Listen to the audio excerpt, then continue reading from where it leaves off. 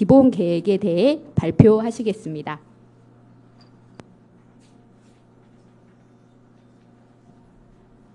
안녕하십니까. 한국교육과정평가원 원장 김문희입니다. 지금부터 2027학년도 대학 수학능력시험 시행기본계획을 발표하겠습니다. 먼저 2027학년도 수능은 2026년 11월 19일 목요일에 실시합니다. 올해 수능에서도 공교육 범위 내인 고등학교 교육과정을 충실히 이수하고 기본 개념에 대한 이해와 적용 능력이 있는 학생이면 문제를 해결할 수 있는 수준으로 문항을 출제하겠습니다. 이를 위해 고등학교 교육과정에 제시된 성취 기준과 내용에 기초하여 신뢰도와 타당도를 갖춘 문항을 출제하겠습니다. 특히 교육부에서 지난 2월 발표한 안정적 수능 출제를 위한 개선 방안에 따라 수능시험이 적정 난이도로 안정적으로 출제될 수 있도록 최선을 다하겠습니다. 문항 출제 단계에서부터 시행 과정과 사후 관리에 이르기까지 공정한 수능이 되도록 최선을 다하겠습니다. 아울러 수험생들에게 수능에 적응할 수 있는 기회를 제공하고 수능이 안정적으로 출제 시행될 수 있도록 6월과 9월에 모의평가를 실시하겠습니다. 2027학년도 수능 시험 시행의 기본 방향은 다음과 같습니다. EBS 수능 연계 교재 및 강의와 수능 문항 출제의 연계는 간접 방식으로 이루어집니다. 연계율은 영역 및 과목별 문항수 기준으로 50% 수준을 유지하고 연계 교재에 포함된 도표, 그림, 지문 등 자료 활용을 통해 연계 체감도를 높여 출제하겠습니다. 시험 영역은 국어, 수학, 영어, 한국사, 사회, 과학, 직업탐구, 제2외국어 한문 영역으로 구분됩니다. 국어, 수학 영역은 공통과목과 선택과목 구조에 따라 공통과목 응시와 함께 영역별 선택과목 중 1개 과목을 선택해야 합니다. 필수로 지정된 한국사 영역의 경우 2015 개정 고등학교 교육과정을 기반으로 출제하며 우리 역사에 대한 기본 소양을 평가하면서도 수험 부담을 최소화되도록 핵심 내용 중심으로 평이하게 출제할 것입니다. 특히 필수와 취지에 따라 한국사 영역 미응시자의 경우 수능 성적 전체가 무효 처리되어 성적 통지표가 제공되지 않습니다.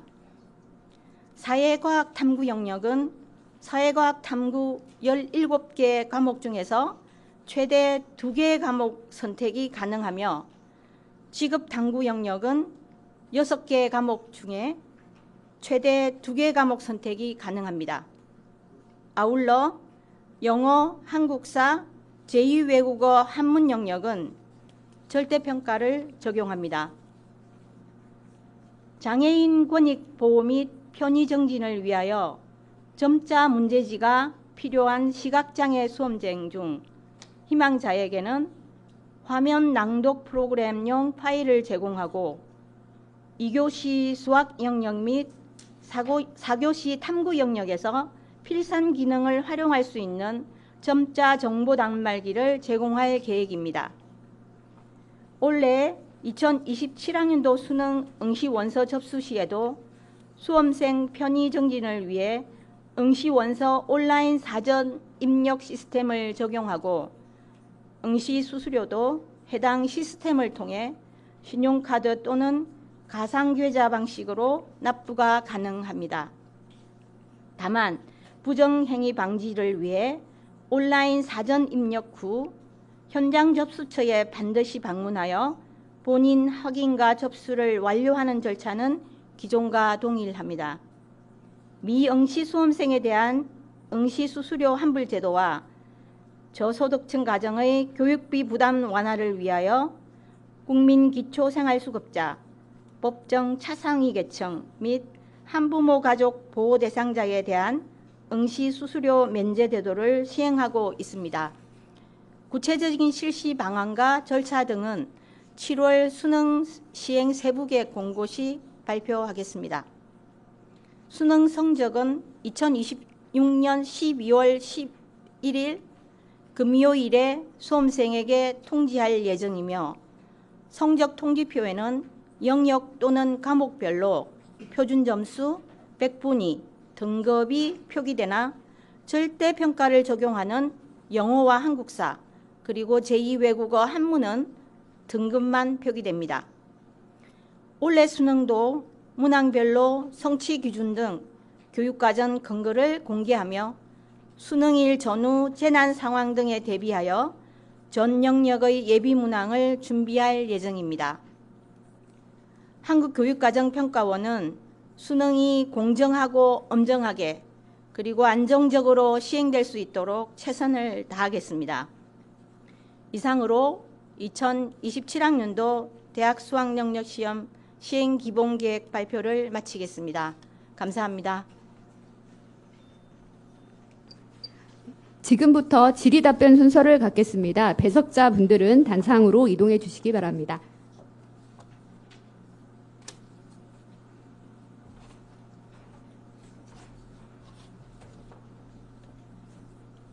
질의답변에 참석하신 분들을 소개해드리겠습니다. 한국교육과정평가원 조성민 대학 수학능력시험 본부장입니다. 구자옥 수능출제실장입니다. 구남욱 수능분석실장입니다. 질의에 대해 한국교육과정평가원장께서 답변하시고 필요시 배석하신 평가원 본부장님이나 실장님들께서 보충 설명을 하겠습니다. 먼저 현장 질의에 대해 답변 드리겠습니다. 질의하실 기자님은 손을 들어주시기 바라고 소속 언론사 성명을 말씀하신 후 질의해 주시기 바랍니다. 네, 뉴스원의 김재현 기자님. 네, 안녕하세요. 뉴스원의 김재현입니다. 원장님 취임 축하드립니다.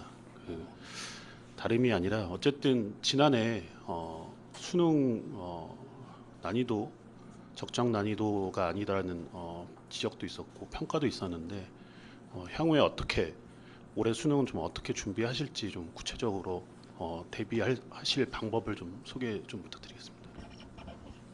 네, 김재현 기자님 질문에 답변 드리겠습니다. 저희는 2027학년도 수능이 공교육 과정 내에서 학교 교육을 충실히 이행한 학생이면 충분히 답변할 수 있도록 해결할 수 있도록 안정적으로 안정적인 난이도를 갖추고 적정한 난이도를 갖춰서 수능을 출제할 계획을 가지고 있고요.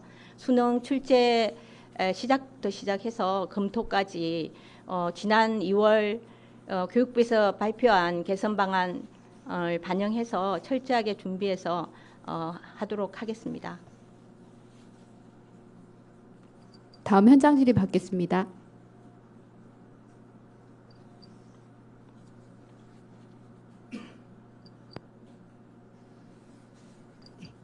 예, 현장 질의가 없으시면 온라인 질의로 넘어가도록 하겠습니다. 온라인 질의는 교육부 대변인실 정진우 사무관이 대독하겠습니다. 첫 번째 질의입니다. KBS 황정호 기자님 질의입니다. 자료를 보면 교육부가 발표한 수능 체계 개선안을 적용하겠다고 했는데 어떤 부분을 적용하겠다는 건지, 이를 통해 안정적인 출제 난이도를 어떻게 유지하겠다는지 그 계획이 궁금합니다. 두 번째로는 올해 수능을 치를 것이라고 예상되는 인원은 얼마인가요? 전체 인원과 N수생 등을 구분해 알고 싶습니다. 네, 질문 주신 거에 대답 드리겠습니다. 일단 두 번째 질문에 대한 답변부터 먼저 드리면요. 올해 수능 응시생 예측은 저희가 구체적으로 하지는 않았는데 고3 학생 수하고 지난 기간 동안에 그 졸업생 응시 추세 이런 것들을 해서 전년도 기준으로 생각하면 될 것 같습니다. 그리고 실제로 응시 원서 접수가 완료되기 이전에 N수생 비율이 몇 %인지 그런 걸 저희가 지금 현재는 알 수가 없기 때문에 그 부분에 대한 답변을 드리기는 좀 어려울 것 같다는 양해 말씀드립니다. 그리고 첫 번째 질문에 대해서 교육부 개선 방안 2월에 발표한 거 어떻게 구체적으로 반영할 것인가 말씀해 주셨는데 첫 번째 그 개선 방안에 들어있었던 현장 교사에 대한 출제 위원 비율을 높이겠다고 말씀하셔서 대책에 있었기 때문에 저희가 이번 6월 모의 평가 때부터 교사 비율을 50% 정도로 높이는 걸로 할 예정이고요. 그리고 개선 방안에 있던 내용 중에서 그 난이도와 관련해서 그 점검 체계를 좀 더 정교화하는 걸 발표를 했습니다. 저희가 기존에 있는 난이도 점검 관련된 위원회를 통합해서 문항별 점검위원회를 설치하고 이걸 통해서 검토를 더 철저하게 해가는 쪽으로 그렇게 반영을 6월 모의평가 때부터 할 계획입니다. 두 번째 질의입니다. 헤럴드 경제 김용재 기자님 질의입니다. 지난해 수능에서 영어 난도를 실패를 겪었는데 왜 이번 시행 계획 발표에서 영어에 대한 별도 메시지가 없는지 궁금합니다.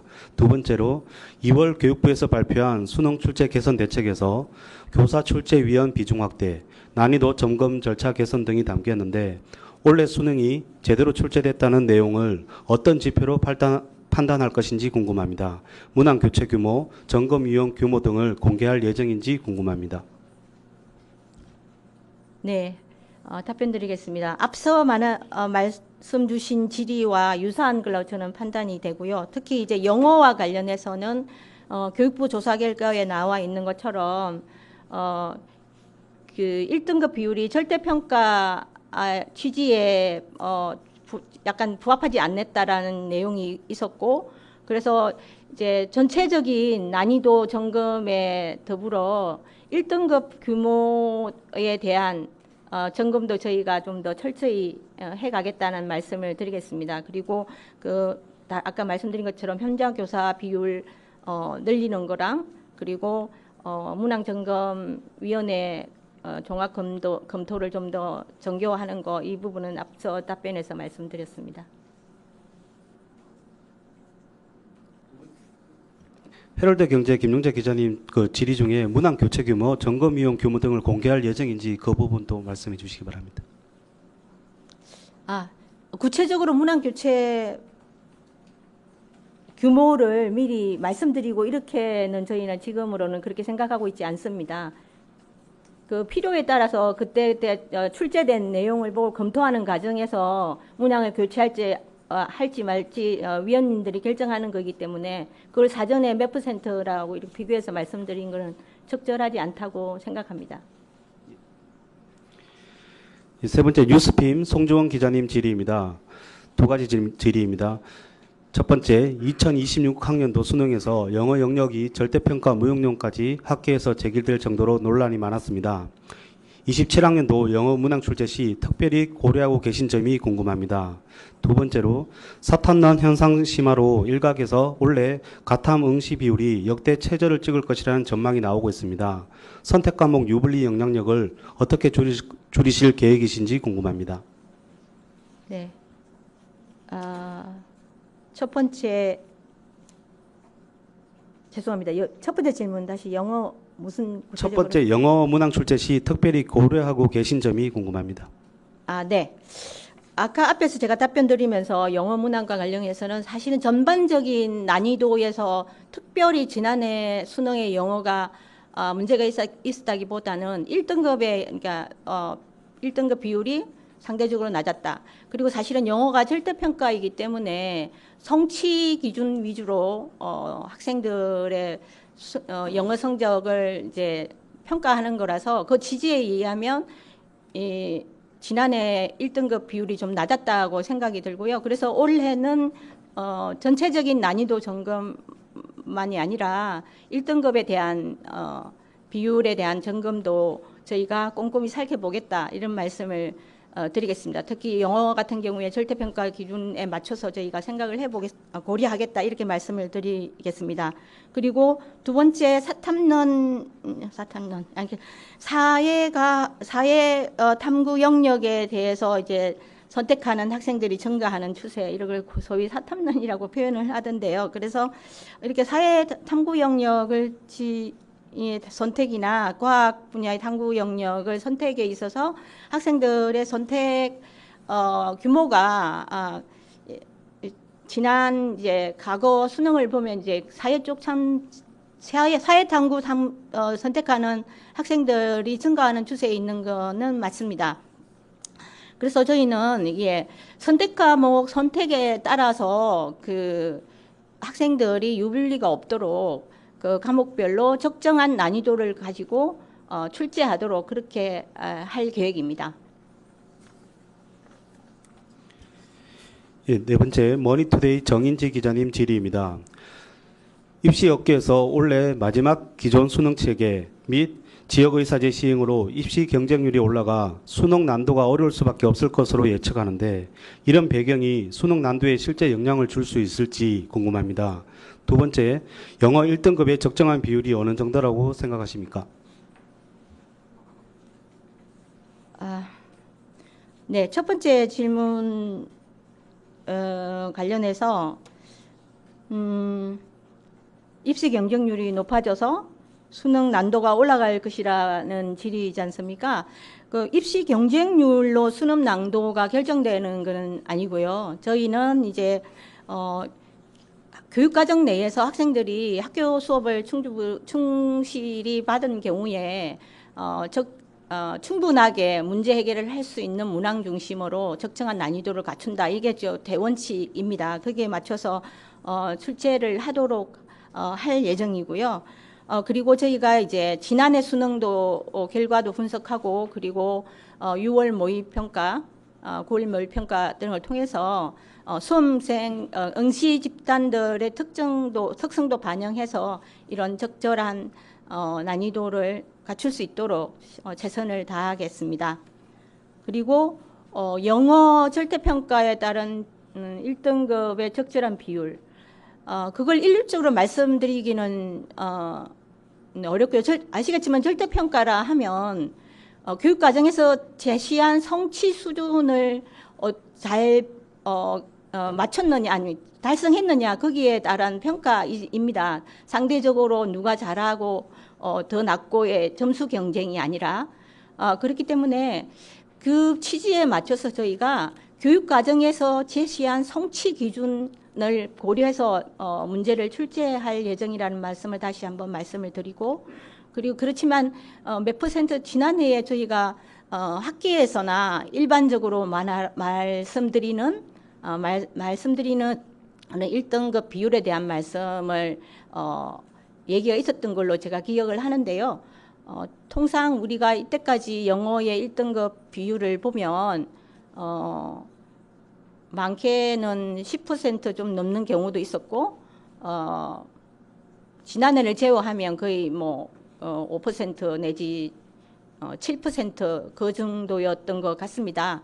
그래서 어쨌든 앞에 말씀드린 것처럼 뭐 어떤 기준을 1등급 몇 %까지 하겠다 이렇게 목표치를 저희는 제시하지는 않고 있습니다. 그 대신 영어가 절대평가이기 때문에 그 취지에 잘 맞춰서 저희가 적정한 난이도를 가지고 출제를 하겠다 이렇게 말씀을 드리겠습니다. 계속해서 현장 추가 질의 받겠습니다. 네, EBS 진태희 기자님. 네, EBS 진태입니다. 그 사교육 카르텔로 전현직 교사들이 대거 연루되었는데 이들 중 상당수가 모의고사나 수능 출제 경험이 있는 걸로 알고 있습니다. 이제 경험이 있는 교사 인력풀이 많지 않은 상황에서 지난해 수능 영어 같은 난이도 논란이 재발할 수 있다는 우려가 현장에서 나오고 있는데요. 여기에 대해서 좀 어떻게 보시는지, 그리고 출제위원과 검토위원 선발 과정은 차질 없이 이루어지고 있는지 여쭤보고 싶습니다. 네, 지난 그 사교육 관련돼 있는 그 출제위원, 검토위원 문제 관련해서 저희가 그 보완을 해서 이제는 개인 출제위원이나 검토위원으로 참여하시는 분들의 개인 정보를 사교육 관련돼 있는 개인 정보까지 확인해서 저희가 하고 있고요. 관련돼 있는 출제위원, 전문위원들, 아니 검토위원들 확보에는 차질 없이 저희가 지금 현재 진행되고 있습니다. 예, 다음 질문 받겠습니다. 예, BBS 박성현 기자님. 고생 많으십니다. 작년에 수능 당국 정부에서도 킬러 문항 배제의 기조를 강조를 했었어요. 근데 초고난도는 사라졌는데 수험생들이 느끼기에는 이 초고난도는 사라진 대신 난이도가 올라가서 불수능이 됐거든요. 결국은 변별력을 확보하기 위한 과정에서 진행이 된 건데, 그러다 보니까 교육 현장, 학교 현장에서는 공교육 가지고는 힘들지 않는 게 아니냐, 이런 우려도 나오고 있어요. 역시 올해도 변별력, 적정한 변별력을 확보를 하겠다는 기조인지, 그리고 킬러 문항 배제 기조도 그대로 유지되는 것인지 전체적으로 좀 원장님 한번 생각을 말씀 좀 부탁드립니다. 네, 그 소위 그러니까 사교육 시장에서 문제풀이를 열심히 해서 그 문제풀이 연습한 학생들에게 유리한 문항을 출제하는 거는 저희는 당연히 올해도 배제되고요. 그리고 난이도와 관련해서는 고등학교 교육과정에 있는 성취 기준이라는 게 있습니다. 성취 기준과 그 교과 내용을 충분히 반영을 해서 적정한 난이도가 되도록 수험생 부담은 최소화되고 적정한 난이도가 되도록 그렇게 출제할 예정입니다. 현장 질의 더 있으실까요? 네, 고장민 기자님. 네, 그 취임 축하드립니다. 오승걸 전 원장님이 작년 수능 난도 조절 실패로 임기 못 채우고 물러나신 거는 아실 테고, 그 후임으로 오셨는데요. 당장 뭐 수능도 있긴 하지만 그 본인 제14대 원장으로 취임을 하셨는데, 본인에게 부여되는 가장 큰 책무라고 해야 될까요? 소임은 뭐라고 생각하십니까? 네, 제가 어제부터 이 업무를 시작을 했습니다. 오면서 제가 가졌던 가장 큰 마음가짐은 한국교육과정평가원이 우리 교육에 우리 학생들에게 차지하는 비중, 이런 거에 대한 무게감, 그걸 제가 이제 엄중하게 이제 생각을 하고 있고, 결국은 교육과정과 교육평가에 대한 전문성을 기준으로 교육 발전에 그동안 이제 우리 원이 기여해 왔지만, 결국 이제 수능 시험을 통해서 국민들께서 가지고 계신 그 사회적 기대 수준, 그리고 관심, 이런 거에 대한 것들을 이제 재차 더 느낄 수 있었습니다. 그래서 이에 대한 책임감을 좀 더 중하게 느끼면서 업무를 시작하자, 이게 마음가짐 중에 하나였습니다. 그렇지만 우리는 언제까지 현재에 머물러 있을 수는 없다고 생각합니다. 세상은 많이 변하고 있고 교육 패러다임이 완전히 변하고 있습니다. 그래서 그 변화에 대응해서 교육과정과 평가를 어떤 방향으로 나아갈지, 그런 데 대한 고민도 필요하다고 저는 생각하고, 이런 부분도 함께 고민해 가려고 합니다. 네, 현장 질의 계속 받겠습니다. 네, 더 이상 현장 질의 없으실까요? 현장 질의 없으시면 마지막으로 온라인 추가 질의에 대해서 답변을 드리겠습니다. 연합뉴스TV 김태욱 기자님 질의입니다. 지난해 수능 출제위원과 검토위원 간 소통 문제로 마지막까지 문항이 수정되어 결국 난이도 조절 실패를 했다고 밝혔는데 올해는 이 부분을 어떻게 보완하실지 궁금합니다. 지난해 영어 같은 경우에는 마지막에 이제 교체되는 질문이 좀 문항이 좀 많아졌고 그러면서 이제 검토를 충분히 할 만한 여유가 부족했다라는 걸 조사에서 확인한 바 있습니다. 올해는 이제 이 출제 기획에서부터 출제위원과 검토위원과 소통이 잘 되도록 저희가 영역별로 잘 정리해서 지원하도록 그렇게 하겠습니다.